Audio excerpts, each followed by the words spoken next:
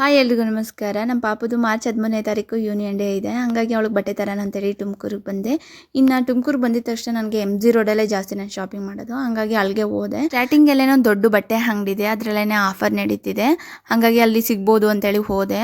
ತುಂಬ ಕಲೆಕ್ಷನ್ಸ್ ಇದ್ವು. ಮಕ್ಕಳು ಅಂತೂ ತುಂಬ ಮುದ್ದಾಗಿ ವೆರೈಟಿ ಆಫ್ ಕಲೆಕ್ಷನ್ಸ್. ಅವ್ರಿಗೆ ಒಂದಕ್ಕಿಂತ ಒಂದು ರೇಟು ಹಾಗೆ ಇದ್ದಾವೆ.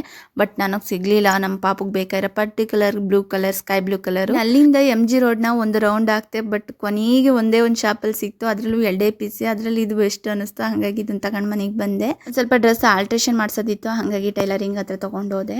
ಒಂದು ವಾರದಿಂದ ಪ್ರಾಕ್ಟೀಸ್ ಮಾಡಿಸ್ತಾನೆ ಇದ್ದೀವಿ. ಅಷ್ಟು ಚೆನ್ನಾಗಿ ಆಡಳು. ಲಾಸ್ಟ್ ಫೈನಲ್ಲಾಗಿ ಯೂನಿಯನ್ ಡೇ ದಿವಸ ಬಂದಿದ ತಕ್ಷಣ ಫುಲ್ ಫೀವರಲ್ಲೇ ಡ್ಯಾನ್ಸ್ ಆಡಿದ್ಲು. ನಿನ್ನ ಕೈಲಾಡೋ ಬೊಂಬೆ ನಾನಯ್ಯ